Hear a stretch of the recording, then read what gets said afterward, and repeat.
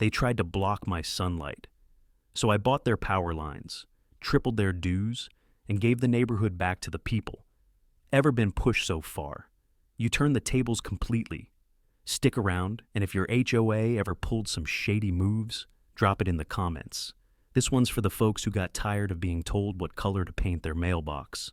My name's Jack Monroe, 61 years old, retired lineman, born and raised in Colorado, 3 decades of climbing poles, repairing storm lines, and teaching young bucks how not to fry themselves.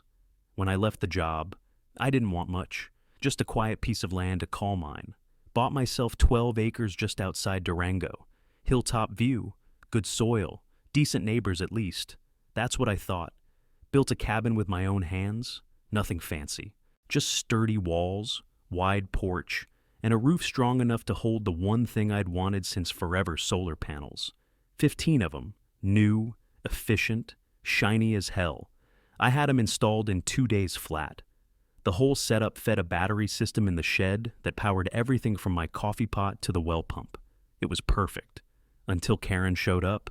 Now, let me explain something about Karen. She's the kind of woman who doesn't walk, she patrols. Late 50s, tight smile, sunglasses even when it's cloudy, and a clipboard that might as well be welded to her hip. HOA president for the Cedar Hill Ridge Estates, a subdivision that technically ends a quarter mile before my driveway. Didn't stop her from knocking on my door. It was a Tuesday. She didn't say hi, didn't ask about my dog, just pointed up at my roof and said, "Mr. Monroe, we've had several visual complaints about your panels. They're quite aggressive looking." I stared at her, half expecting she was kidding. "They're solar panels, ma'am," I said. "Not a satellite dish." She sniffed. "They reflect sunlight directly into the ridge trail. People walk their dogs there." I raised an eyebrow. "You mean the public trail that's 300 yards east through the trees?" She didn't answer, just wrote something on her clipboard. Next day, I found a letter in my mailbox, typed HOA letterhead, some boilerplate nonsense about aesthetic cohesion, environmental glare concerns, and a warning that if I didn't voluntarily remove or neutralize the panels, further action might be taken. Here's the kicker. My land was not part of the HOA, never had been. It was grandfathered in before the subdivision was even built. I'd checked, twice. So I laughed, tossed the letter, and went back to repairing the chicken coop. But Karen don't like to be ignored. The next week, I noticed something strange. My dog, Duke, an old mutt with more bark than bite, kept growling at the south fence line.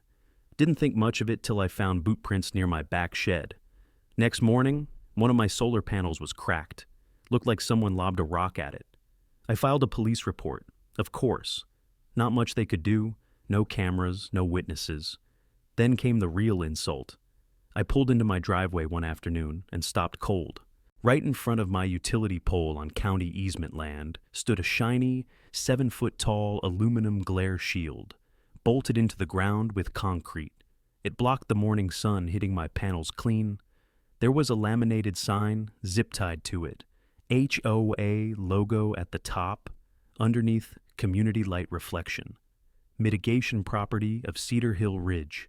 HOA, do not tamper. I stood there for a full minute, just breathing, my truck idling, Duke whining in the back seat. I knew exactly who did it.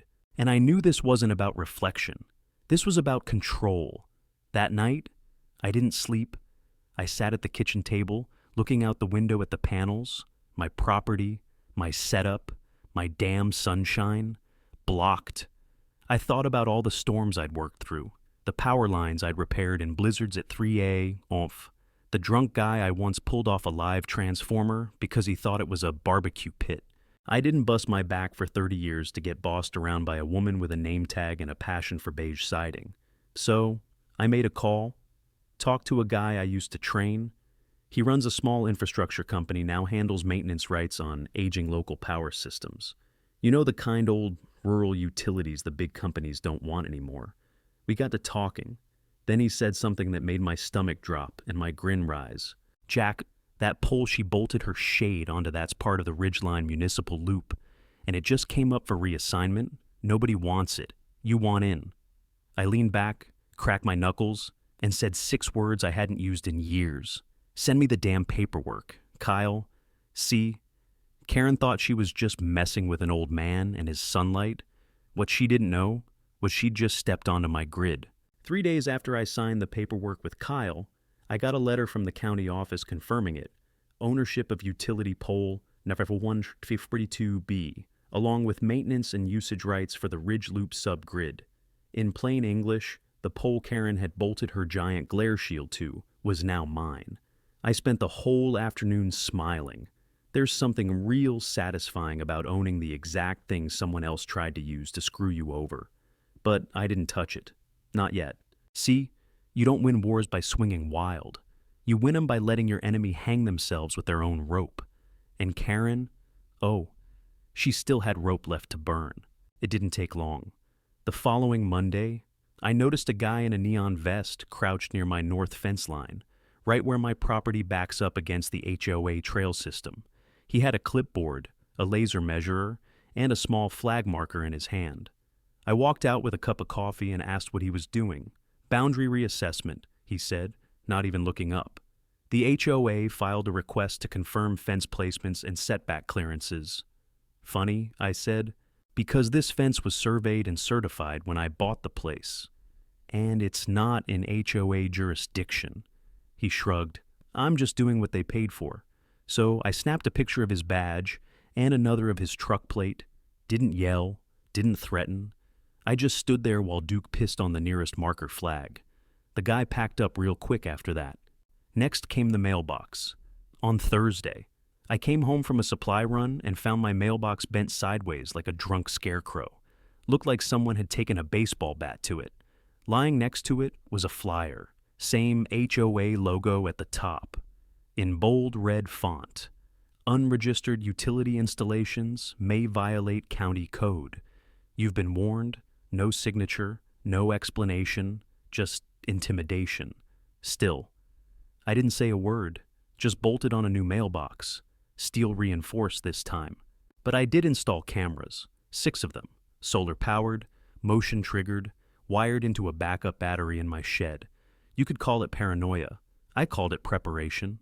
Then they came for the dog. Saturday morning, Duke didn't come back from his usual sunrise wander down by the creek. I whistled, called, drove up and down the back roads. Nothing. 3 hours later, I heard scratching at the shed door. He was there. All right, limping, muddy, with a fresh zip tie looped around his collar. Attached to it, a tag, plastic, printed on an HOA letterhead. Inside, a typed note. Maybe next time he'll stay off. HOA maintained paths. That was it. No signature. No shame. Just a threat dressed as a warning. And that's when I stopped waiting. I pulled out the file from Kyle and read every line. It was airtight. I had legal control of the pole, the connected lines, and the 2 access corridors that ran into the Cedar Hill Ridge HOA neighborhood.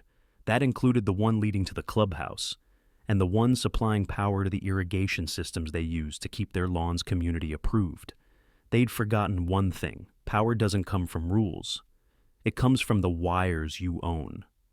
So, the next morning, I drafted a notice.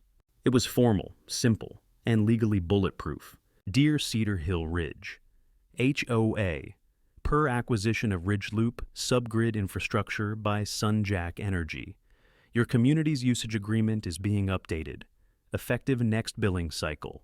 Monthly grid maintenance fees will increase from $278 to $865. This increase reflects standard market rate for non-subsidized access. Failure to remit payment within 30 days will result in suspension of non-essential service lines. Sincerely, Jack Monroe. Managing owner, Jack Energy. I mailed it certified, had it delivered to both the HOA board and the clubhouse. And just for good measure, I printed an extra copy and taped it to the base of pole number 142B right over the HOA's glare shield. That evening, I cracked a beer, sat on my porch, and waited. Didn't take long. The following morning, I heard tires screech up my driveway. Karen, she marched out of her Lexus like she was storming a courthouse. You think this is funny? She snapped, waving the letter in the air. No, I said, calm as a cow. I think it's business. You can't do this. You don't own our utilities. I smiled. Karen, I own your pole. The wires you're using. They cross my corridor.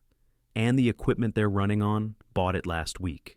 Her face turned a shade of red I hadn't seen since the chili cook-off in '08. This is extortion, she barked. No, ma'am, I said. This is infrastructure. She tried to bluster her way through legal threats, but it was clear she had no idea how utility contracts worked. Most HOAs operate on assumptions. They assume easements will stay public, power will stay cheap, and neighbors will stay quiet. But I wasn't most neighbors, and this wasn't just a power play. When you work utilities for 30 years, you learn one thing real quick: the world runs on lines. Power lines, water lines, fiber lines, and the lines and contracts that nobody reads but always matter. So, while Karen was stomping around in her tennis shoes and writing angry emails, I was making phone calls, quiet ones. My old buddy Reggie worked for a firm that managed right-of-way contracts in 3 counties. I called him up and asked a simple question. How much of the Cedar Hill Ridge subdivision is actually theirs? He laughed. Probably less than they think. Turned out, he was right. See, back in the early 2000s, the developers of Cedar Hill Ridge cut a bunch of corners. The land was stitched together from older parcels, ranch land, state leases, a few old easements no one ever properly closed, some of the greenbelt still technically owned by the county, the walking trails built partially on land leased from a defunct landscaping trust, and the irrigation lines fed through a pump station that I now controlled thanks to my grid acquisition. It was a mess, and I was going to turn that mess into leverage. First, I created a shell company, nothing shady, just standard protection, called it Frontier Access Holdings. Through that company, I quietly filed to assume maintenance rights on every neglected or disputed parcel bordering Cedar Hill Ridge, old utility paths, drainage corridors, even the empty buffer lots between fences and roadways. It cost me about 16 grand and 2 weeks of paperwork. And by the end of it, I legally controlled or had active claims on nearly 47% of the infrastructure outside the homes, but inside the lifestyle. Then I bought the land behind the clubhouse. It was a scrappy half-acre lot. Nothing special, rocky soil, patchy grass, some old shrubs that hadn't been trimmed since Obama's first term. But it sat on a curve, and that curve was home to the secondary service loop that ran power to the neighborhood rec center, irrigation timers, and half the decorative lighting. I got it from a retired couple who'd moved to Florida and forgot they still owned it. Paid cash, closed in 4 days. Karen never saw it coming. The next move was about visibility. I had a guy install a tall, clean-cut privacy fence around the new lot, 8 feet high, painted slate gray, with a small plaque that read, Private Utility Management Area, Authorized Access Only. No logo, no threats, just official looking enough to make people nervous. It worked. That week, I got 3 calls from board members I'd never met. One of them, Tim, asked if I was planning to build something there. I said, not unless you guys make me. Karen, of course, wasn't happy. She stormed into a county zoning meeting with a folder full of complaints, claimed I was staging a hostile takeover of HOA land. Problem was, none of it was true, and I had the titles to prove it. And more importantly, I had kept it quiet, no interviews, no press, no noise, just contracts, maps, and patience. While she yelled, I built. I had Reggie's firm update all the visible utility markings, spray paint, flags, stickers to reflect new ownership and access protocols. Suddenly, the HOA couldn't schedule landscaping crews without going through me. Then came the fun part. The HOA had long bragged about their eco-friendly drip irrigation system. It kept the neighborhood's lawns perfect and the hedges bright, especially Karen's front garden, which was a whole damn festival of roses and hyacinths. So I filed a usage adjustment. Since my new company owned the rights to the main water pump feeding that system, I was entitled to request a revised service agreement under local code. Translation, I raised their water usage fees by 200%. They tried to fight it, claimed it was extortion again. But the county office just shrugged and said, should have bought the land when you had the chance. By this point, people were noticing. I wasn't loud. I wasn't cruel. I was just winning. And Karen, she was unraveling. She started holding emergency HOA meetings, but half the board had gone silent. Homeowners were getting cranky. Dues were climbing. Services were delayed, and nobody could tell who actually owned what anymore. One afternoon, I caught her standing by the new privacy fence, just staring, not moving, just gripping her phone like it might bite her. I almost felt bad. Almost. That night, I sat on my porch, coffee in hand, watching the sun dip behind the ridge. And I realized something. The war hadn't even started yet. I wasn't just fighting back anymore. I was setting up a perimeter, and once that circle closed, they'd be paying me just to turn on the porch light. It started with a letter, a real one printed on heavyweight paper, embossed header, notarized at the courthouse. It went out to every homeowner in Cedar Hill Ridge on a Monday morning.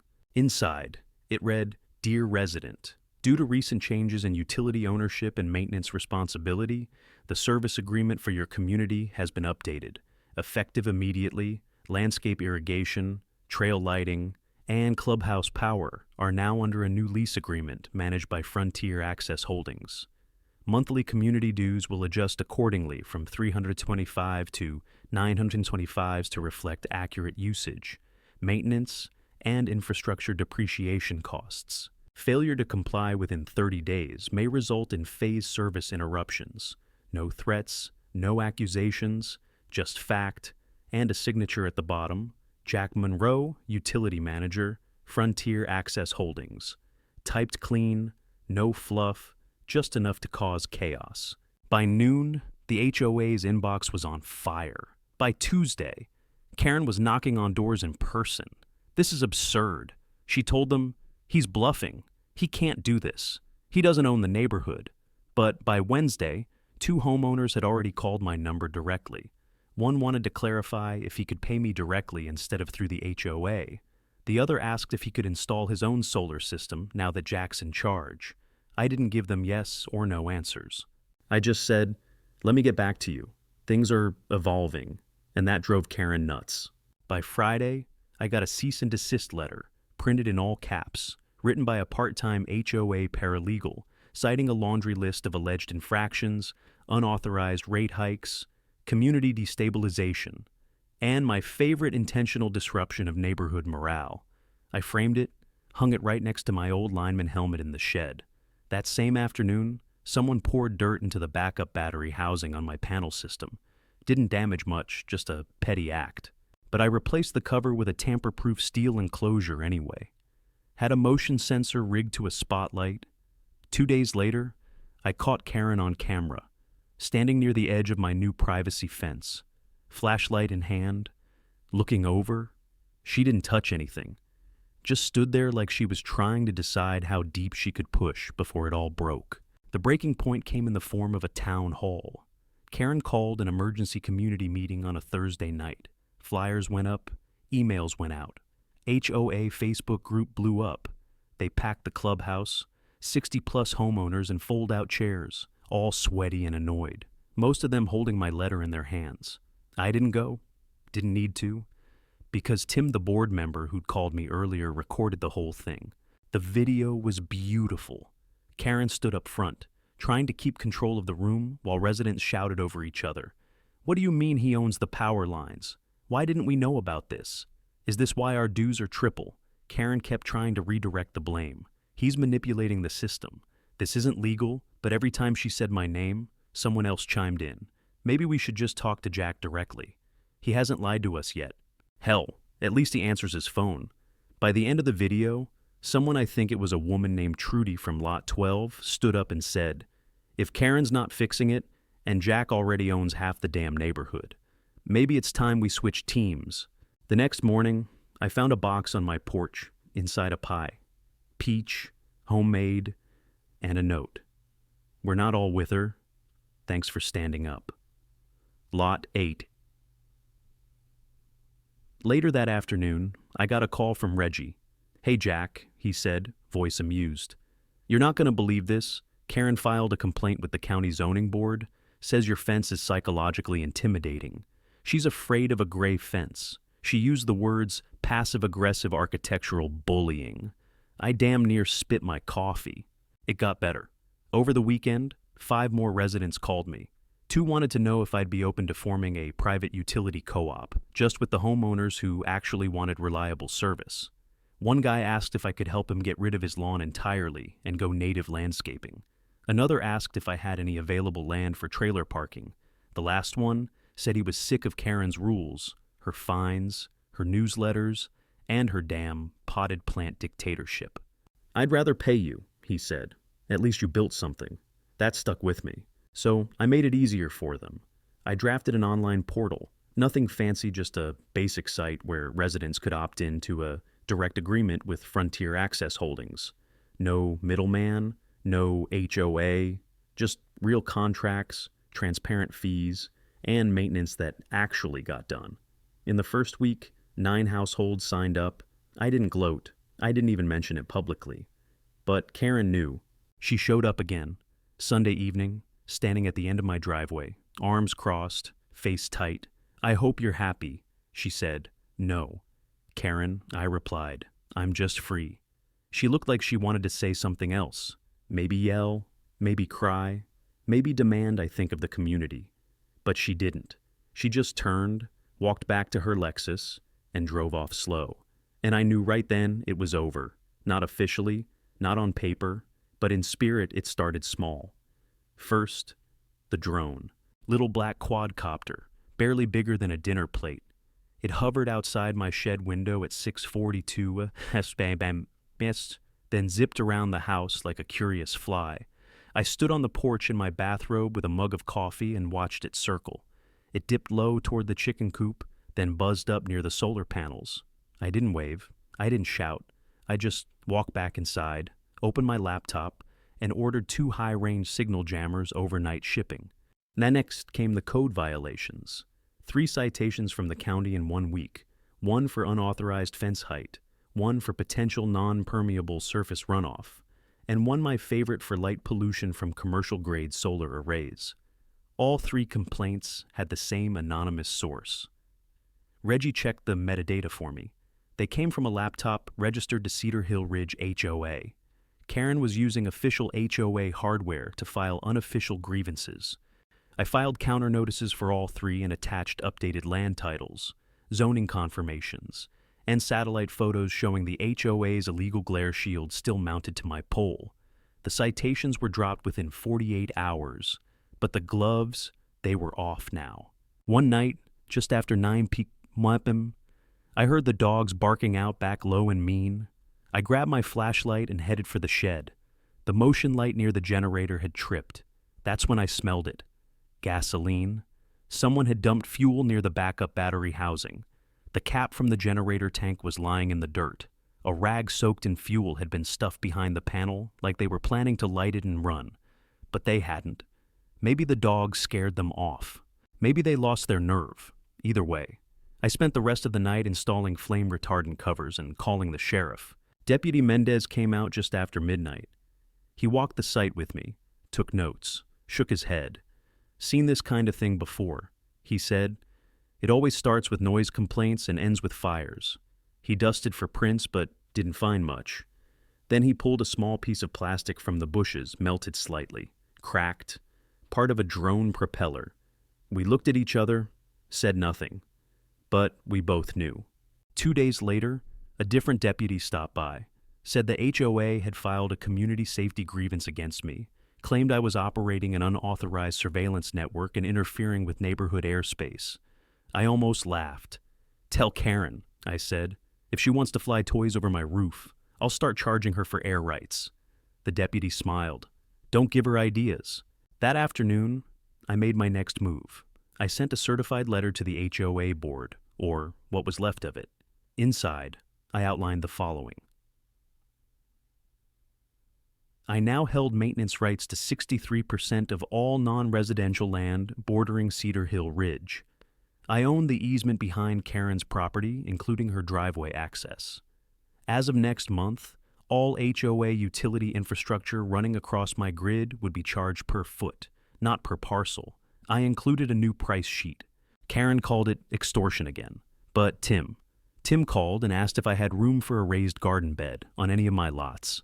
I said sure, long as he didn't bring a clipboard. By the weekend, Karen stopped trying to be sneaky. She marched right up to my driveway, red in the face, folder in hand. "You're destroying this community," she said, piece by piece. I leaned on the fence post and looked her dead in the eye. "No, Karen," I said, "I'm just taking back what you tried to steal." She threw the folder on the ground and stormed off.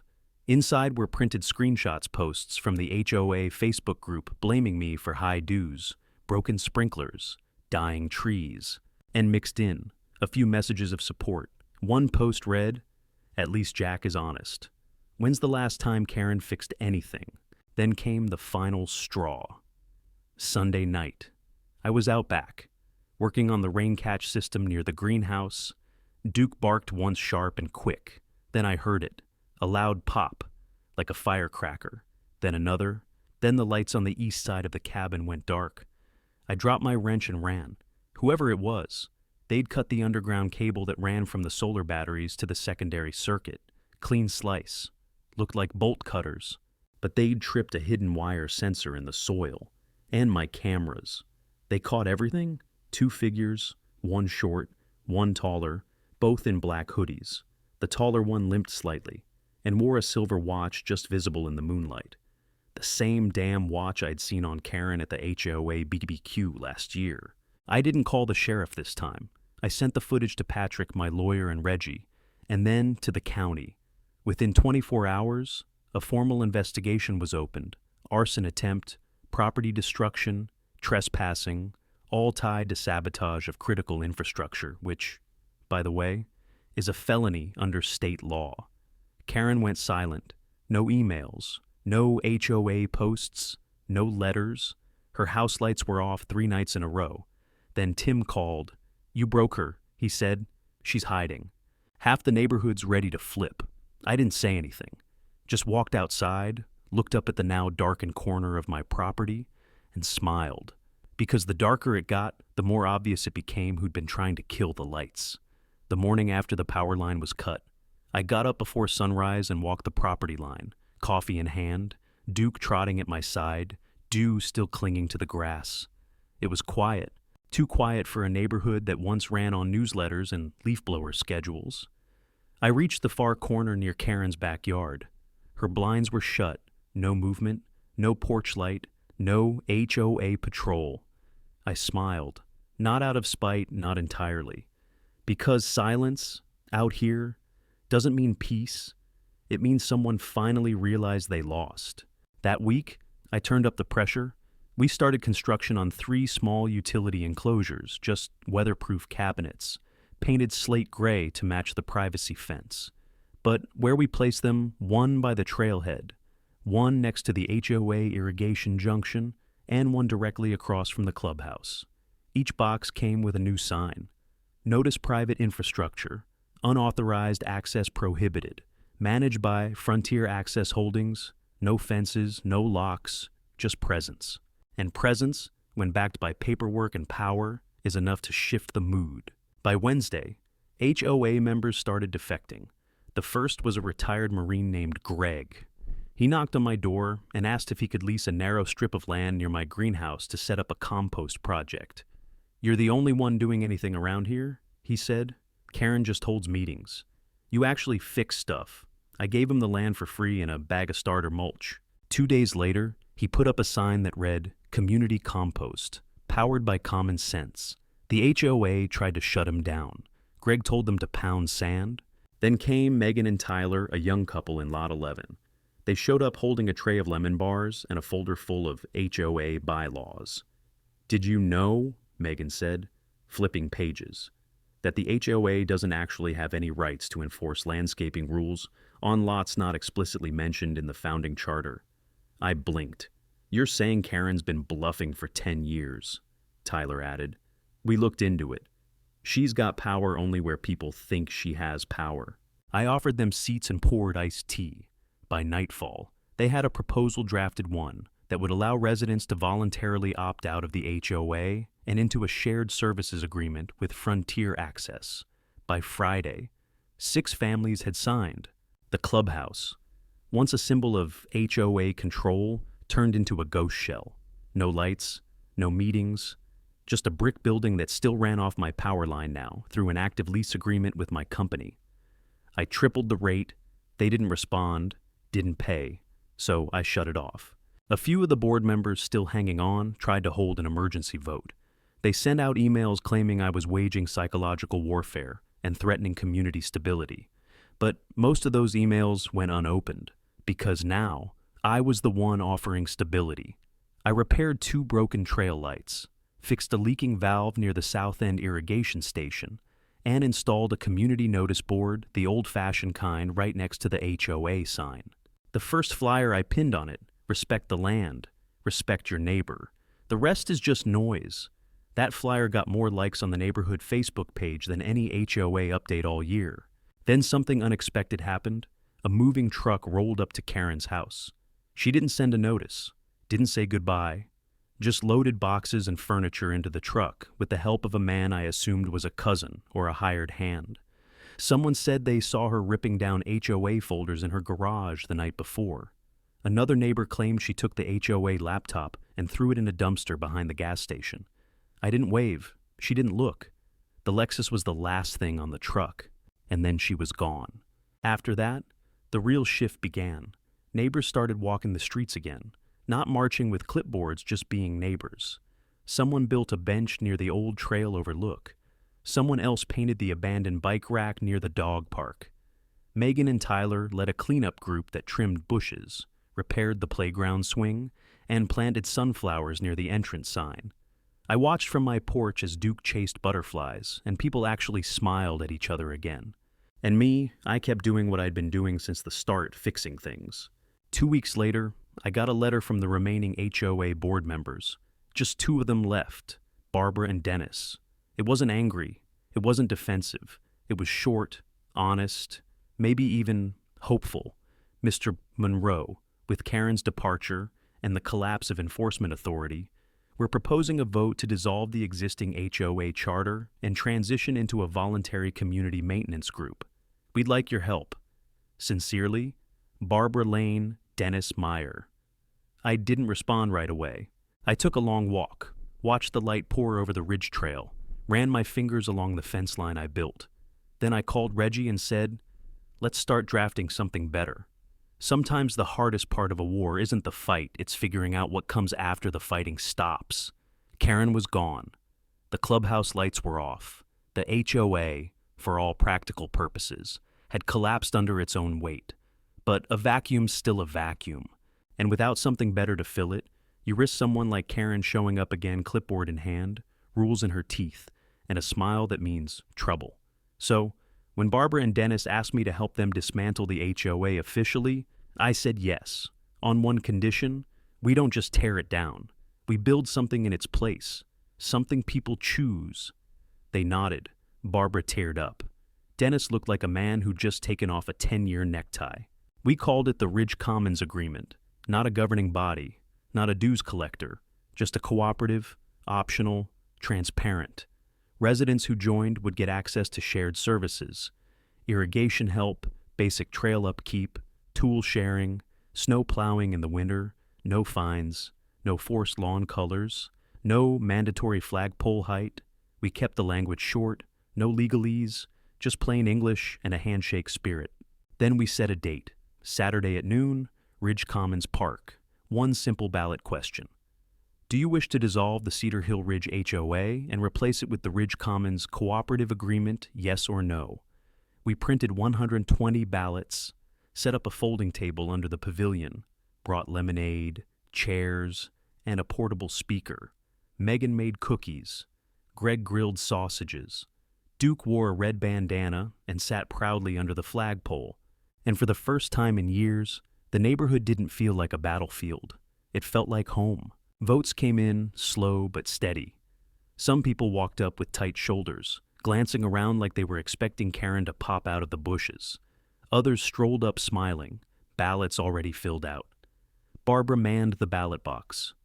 I watched from the edge, arms crossed, keeping my mouth shut, not a campaigner, just a witness. By 2:15 p., M. We had 84 votes by 300-103. Final tally at 347 mm. Yes, 97. No, 6. We posted the results on the community board. People clapped. Someone popped open a bottle of cheap champagne. Dennis gave a small speech. I didn't, but I did shake hands. Lots of them. And when the sun started to dip low over the ridge, someone shouted, "Hey, Jack! Got anything left to say?" I thought for a second, then stepped up on the picnic bench and said, "We didn't beat the HOA because we hated rules. We beat it because it stopped listening. This land isn't about control. It's about care. And I'll work with anyone who gives a damn about either." They clapped again. And I walked home with Duke, bone-tired and full of peace. Then came the curveball. 2 days after the vote, a county official showed up at my gate. Black SUV, slacks, clipboard. The kind of guy who looks like he's been waiting all week to deliver bad news. "Mr. Monroe," he said, "we need to talk about your land." I raised an eyebrow. Regarding what he handed me a letter official seal, stamped in triplicate. It was a notice of property tax reassessment. See, with the HOA dissolved and me owning most of the infrastructure land, the county decided the overall property value of the area had shifted significantly. Their conclusion: all homes in the former Cedar Hill Ridge would be reclassified upward, triggering a massive bump in assessed value. Some folks would see a 40-70% increase. Not my doing. Just a side effect of Karen's long list of legal filings, my acquisitions, and the way county zoning math works. I felt sick. That night, I called Reggie and Patrick. We went through the numbers. It was bad, not catastrophic, but enough to hurt people, especially retirees on fixed income, folks who barely scraped HOA dues before now looking at 4-digit tax bills. And I'll be honest, I almost washed my hands of it. Wasn't my fault. Wasn't my fight. I'd already done my part. But then I saw Greg. He was at the compost bin, scraping rust off the side, humming to himself. The guy had busted his back in 2 wars, and here he was, building something better with scraps and a shovel. And I knew I couldn't walk away. So we built something else, the Neighbor Offset Program. Patrick helped me draft it. Barbara and Megan organized volunteers. Tyler coded a basic website. Here's how it worked. Any homeowner facing a steep tax increase could apply for a land use credit. Credits were earned through community service trail cleanup, irrigation help, greenhouse maintenance, mentoring youth programs, or helping with snowplow duty in winter. Each hour logged translated into a small subsidy paid out of the cooperative fund and a slice of my company's earnings from the utility leases. You didn't need money. You just needed to show up.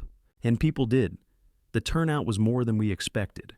Retired teachers painting trail signs, high schoolers fixing benches, stay-at-home moms organizing donation drives.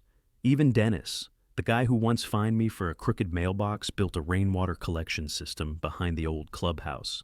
They weren't just helping each other, they were claiming the neighborhood back.